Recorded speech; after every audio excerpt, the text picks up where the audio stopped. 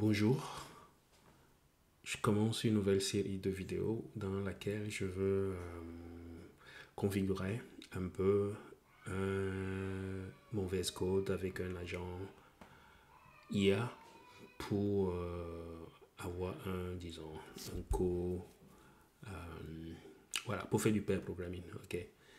Ne pas juste donner des fonctions à faire comme on le donne à Copilot de le faire d'habitude. Il fait juste un bout de code, mais lui dire de faire, je sais pas moi, toute une feature de A à Z. Et la particularité en plus, c'est lorsque vous voyez un peu toutes les vidéos que les gens font sur le net et tout, c'est axé autour de React, Next.js, ainsi de suite. Donc je pense que les modèles sont très bons dans ça. Moi, mon challenge, c'est de pouvoir partir sur ma stack, ok, ma tiny stack, qui se base sur du Pocket Base. Pocket Base, c'est pour avoir du back-end as, disons, je dirais pas service, mais ouais, c'est à peu près ça. Lorsqu'on démarre Pocket Base, on a déjà un back-end, on a de l'authentification.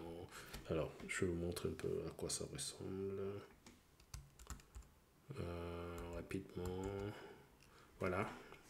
Donc, dès qu'on démarre Pocket Base, on a quelque chose comme ça. OK. Quelque chose comme ça. On a un back-end. On a des trucs de collection, des choses comme ça. On a la base de données, l'authentification, le stockage de fichiers, une interface d'administration. Dès qu'on démarre, on a tout ça. On n'a pas à le coder. OK. Et on peut l'étendre avec Go, JavaScript. Bon, moi, comme je code en Go, donc je vais l'étendre plutôt avec du Go pour ajouter plein de choses. Et ouais, il y a assez de choses intéressantes dedans. Donc c'est ça un peu. Ça utilise du SQLite. Ok. Ça utilise du SQLite. Donc du coup, je vais utiliser Lightstream pour backuper un peu mon SQLite pour les instants. Oh oh. Comme c'est pas un Postgre, des choses comme ça, bah, il faut bien avoir un backup quelque part, puisqu'on ne peut pas scaler, on ne peut pas avoir plusieurs instances tapant sur le SQLite, à moins de faire des trucs compliqués, mais là, c'est pour être simple, c'est pourquoi c'est Tiny Stack. Okay. Pour le front, j'utilise le Go template, okay, pour la partie HTML. Pour la partie JS, j'utilise du Alpine.js. Okay, vous pouvez regarder, ouais, il est assez sympa ce framework JS, ouais, ça rend les choses plus simples en JS. Et pour la UI, j'utilise du Daisy UI, ok, Light aussi, ainsi de suite. Donc c'est un peu ça ma stack de coding. Et mon agent doit pouvoir coder dedans selon mon architecture Go et l'architecture, la structuration de mes dossiers, de mes packages, et ainsi de suite. Il doit coder dedans. Donc c'est ça mon challenge. Et après, bon, je dois déployer ça sur du Azure. Ouais, j'ai un compte sur Azure, je déploie beaucoup sur Azure. Euh, bon, des fois j'y vais avec du Terraform, des fois, bon, je déploie rapidement quand j'ai à déployer rapidement. Et mon environnement final d'habitude, c'est Azure Container App. Ok. Et Azure Container App, bon, il me faut du Docker. Du Docker. Et j'utilise R.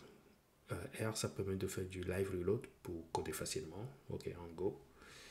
Après ça, j'ai du Gomage. Gomage qui est le pendant de Make. Si vous êtes sur Linux, je pense que vous connaissez Makefile. Ok. Voilà, le Gomage, c'est un peu le Makefile en Go. Ok. Donc voilà un peu ma tiny stack et l'agent doit pouvoir coder dedans. Les outils IA qui existent sur le marché, bah, il y en a plein et tout. Vous avez Copilot, vous avez Claude Code, vous avez d'autres trucs open source institute. Et moi, je m'intéresse beaucoup à Rocode parce que Rocode, il est dans VS Code et il a un système d'agents, ok, qu'on peut customiser, changer les modèles. Par exemple, quand tu utilises Code, Claude Code, il est full un modèle anthropique, donc il est dessus et tout. Avec Rocode, moi je peux dire je veux du Gemini, je veux du GPT sur Azure AI Foundry parce que j'ai un compte là-bas aussi. Ouais. Et où je veux du Claude Opus. Voilà, je choisis. Donc c'est très sympa et c'est dans VS Code. Je peux aussi le plugger du MCP, ainsi de suite. Voilà. Tout ça, c'est pour arriver à faire du contest engineering, qui est la nouvelle tendance. Bon, j'avais commencé à réfléchir à faire ça, et après je me suis rendu compte que les gars appellent ça du contest engineering, comparé au vibe coding que vous connaissez déjà, où voilà, vous donnez des instructions, des prompts à votre agent, il code, vous corrigez, vous le redirigez, ainsi de suite. Le contest engineering, c'est plutôt réfléchir en amont, on lui fournit ce qu'on appelle des product requirement prompts, et lui, il ne se trompe pas, il code tout de bout en bout. Donc, tu n'as pas à aller à te concentrer sur l'optimisation de prompt pour qu'il puisse coder, mais tu as plutôt à bien décrire ce que tu veux faire pour que lui code correctement. Ok, donc le prompt, le PRP, c'est, disons, apparemment c'est pour les agents, et le Product Requirement Document, c'est pour les humains. Mais bon, il y a Task Manager qui est un outil qui permet d'aider les agents IA à ne pas divaguer, ok, qui lui utilise du PRP. Donc je dois tester tout ça pour voir ce qui me convient. Pourquoi j'utilise Rocode? Voilà, parce qu'il a des modes, ok. Orchestrator, c'est lui qui prend la tâche, et avec les autres modes, Architect, Code, Ask, Debug, permet de coder la feature. Donc il délègue un peu, il orchestre. Ok, si je dis code-moi une fonction, pas une fonction, une feature, il va se dire, ok, cette feature, comment est-ce que je la découpe, ainsi de suite. Il donne ça à l'architecte qui réfléchit dessus, voilà, comme une équipe d'IT, quoi. L'architecte va dire, ok, il faut ça, et ça, selon la base de code. Comme c'est du Go, il faut ça. Et il renvoie ça à l'orchestrateur qui dit, ok, je fais une to-do list, un plan, parce que dans la nouvelle version maintenant, il fait une to-do list. Je ne l'ai pas encore testé, vous aurez l'occasion de le voir. Et il passe la tâche à code, et le code, lui, il écrit du code. Ok, il écrit du code, l'orchestrateur vérifie, si c'est pas bon, il lui dit non, voilà, ça ne marche pas avec les tests que j'ai lancés, c'est pas bon et tout, il faut que tu corriges. Et après, ainsi de suite, il orchestre tout le monde. Le ask permet de demander des informations supplémentaires. Par exemple, typiquement, moi je me vois mettre là-bas de la documentation sur du Go, du AlpineJS, ainsi de suite, pour que, ok, lorsqu'il code, il utilise la documentation à jour, ok. Donc je pense mettre des trucs MCP là-bas pour avoir la documentation et tout. Et puis les API qui tournent autour de mon projet, parce que je dois taper sur une API pour faire des choses, je mettrai ça là-bas, et l'orchestrateur, s'il a besoin de savoir comment l'API fonctionne, il demande à Ask qui a l'info et qui le fournit. Donc c'est un peu mon idée. Ma cible, voilà, j'espère que j'y arriverai. Et derrière, je sais qu'il y a Claude Code aussi, il y a Gemini CLI qui est sorti il n'y a pas longtemps, il y a Janice, ou je ne sais même plus comment ça s'appelle, l'agent de Google, ouais, l'agent qui code, je ne sais plus, et celui de OpenAI qui s'appelle, j'ai encore oublié son nom, Codex, voilà, il y a tout ça, mais bon, je le veux sur ma machine, dans mon VS Code, et voilà, je suis pas sur du raw code, voilà. Maintenant, en allant sur Reddit, regardant un peu ce que les gens font, et ainsi de suite, voilà un peu les configurations des gens. Ils se font du orchestrator avec Gemini Pro. Celui-là a tout fait avec Gemini. Celui-là, il code avec DeepSeek. Bon, je ne pense pas que je vais faire ça. Je veux un modèle qui code correctement, parce que je ne veux pas revenir sur le code.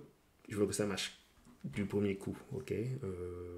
Pour l'orchestrateur, il dit du Claude 4 sonnettes.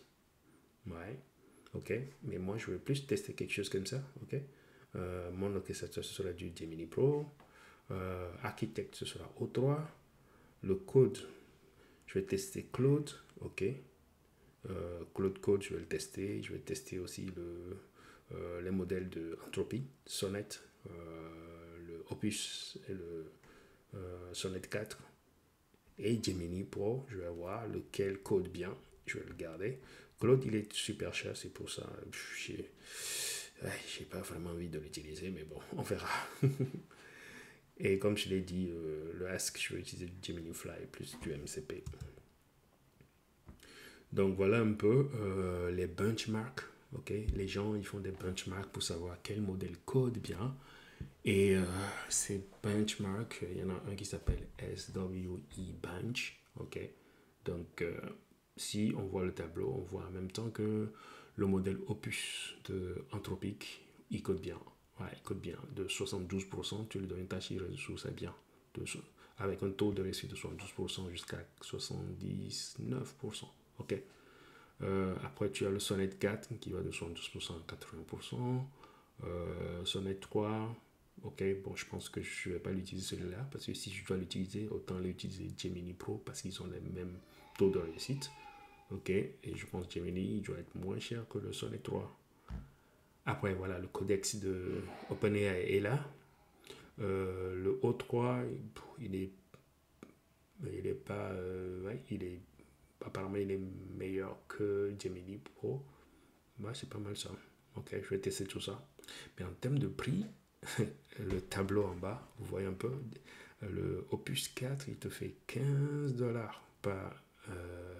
pas 1 million de tokens en input et 75 pour le output. Donc ça dit que s'il écrit beaucoup, t'es mort, tu payes. Voilà, du coup, j'hésite beaucoup. Ben, je vais tous les tester.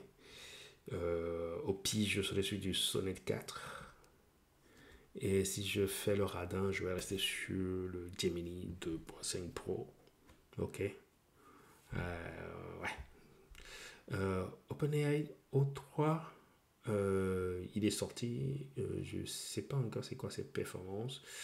J'ai demandé sur Azure et Foundry à l'utiliser.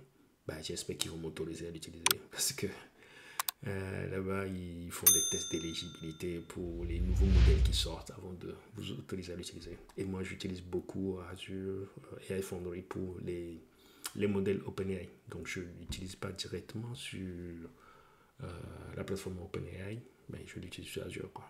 J'ai des crédits là-bas, pour dire vrai. J'ai des crédits, ça me coûte rien pour te l'utiliser. Ok, donc ça, c'est le choix des modèles. Donc, ouais, je vais beaucoup tester ça aussi. J'espère trouver ma bonne combinaison pour un bon ROI, ok. Avoir un truc qui marche nickel.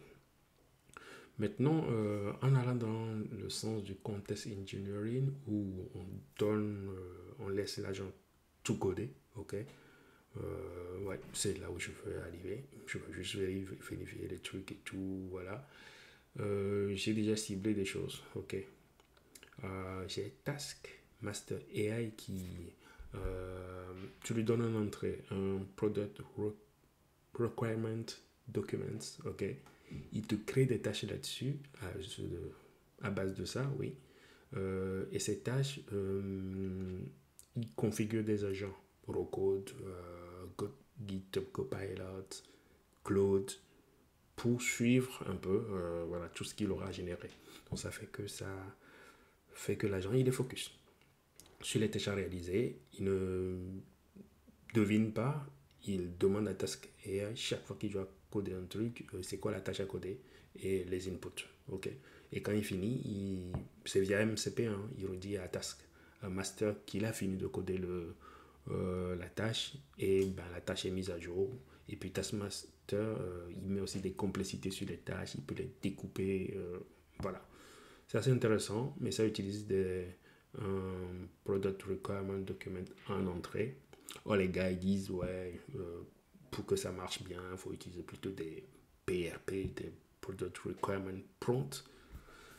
Du coup, je vais tester ça. Et après, je vais tester un peu le fameux PRP pour voir ce que ça donne. Donc pour le PRP, je n'ai pas encore trouvé d'outil qui le fait. J'ai juste vu des gars qui présentent ça et partagent leur framework, leur dépôt GitWork où ils ont leur framework et tout. La plupart du temps, c'est orienté Cloud Code. Moi, je ne vais pas utiliser Cloud Code. Ouais, je pense que je ne vais pas utiliser Cloud Code. Même si Rocode peut. Voilà, côté code, se baser sur du Cloud Code. Mais bon, je veux rester dans recode, utiliser les modèles comme je veux, ainsi de suite. Du coup, mon challenge sera de pouvoir faire marcher ça, voilà, en challenger un peu leur framework, ainsi de suite. Et pourquoi pas, si puis je trouve un framework qui marche bien, je pense que je vais créer un outil MCP pour faire comme Task Master AI. Donc, grosso modo, voilà un peu le challenge que je me fixe. Je sais pas combien de mois ça va me prendre. J'espère que ça va pas me prendre beaucoup de mois. J'espère que ce sera un mois. Ouais. Comme ça, après, dès que je dois coder un truc dans ma stack, je serai serein. Alors, ma stack, alors, ça ressemble à quoi ma stack? Je suis dit rapidement. Voilà, ça donne ça. Ok, donc Pocket Base, si on va sur GitHub, voilà un peu la structuration et tout. Ben moi, ça me fait plutôt ça. Ok, donc j'ai ma voilà mon packaging, voilà la façon dont j'organise mon architecture et tout. Voilà RLA, ainsi de suite. Ouais, j'ai mon PKG qui est là, j'ai mes packages internals, mes configs sont là, ainsi de suite. Pour les bins, j'ai du R. Bon, je vais mettre d'autres bins aussi dedans et tout. Du coup, il faudra que l'agent rentre dans le moule et voilà, disons, code comme moi. J'aurai, disons, un clone de moi, IA, qui code dans... Voilà. Donc, c'est ce que je vais arriver à faire et j'espère que j'y arriverai. Et voilà ce que je voulais vous présenter en introduction pour cette série de vidéos. Et voilà, si vous voulez savoir si j'y arrive ou pas, abonnez-vous. Et bon, mettez la petite cloche comme ça quand je publie d'autres vidéos. Bah, vous saurez où est-ce que j'en suis et tout. J'ai besoin que ça aille vite parce que je suis en train de coder une application de vente sur Amazon. Pour moi d'abord, après, oui, je le mettrai en SaaS. Et bon, je veux pas tout coder, je veux un assistant IA qui aide à aller très vite. Donc voilà pour cette vidéo de présentation pour mon contest engineering, mes idées contest engineering, pour ne pas dire vibe coding, parce que vibe coding, bon, apparemment c'est vieux maintenant. Voilà, on se retrouve dans d'autres vidéos. Au revoir.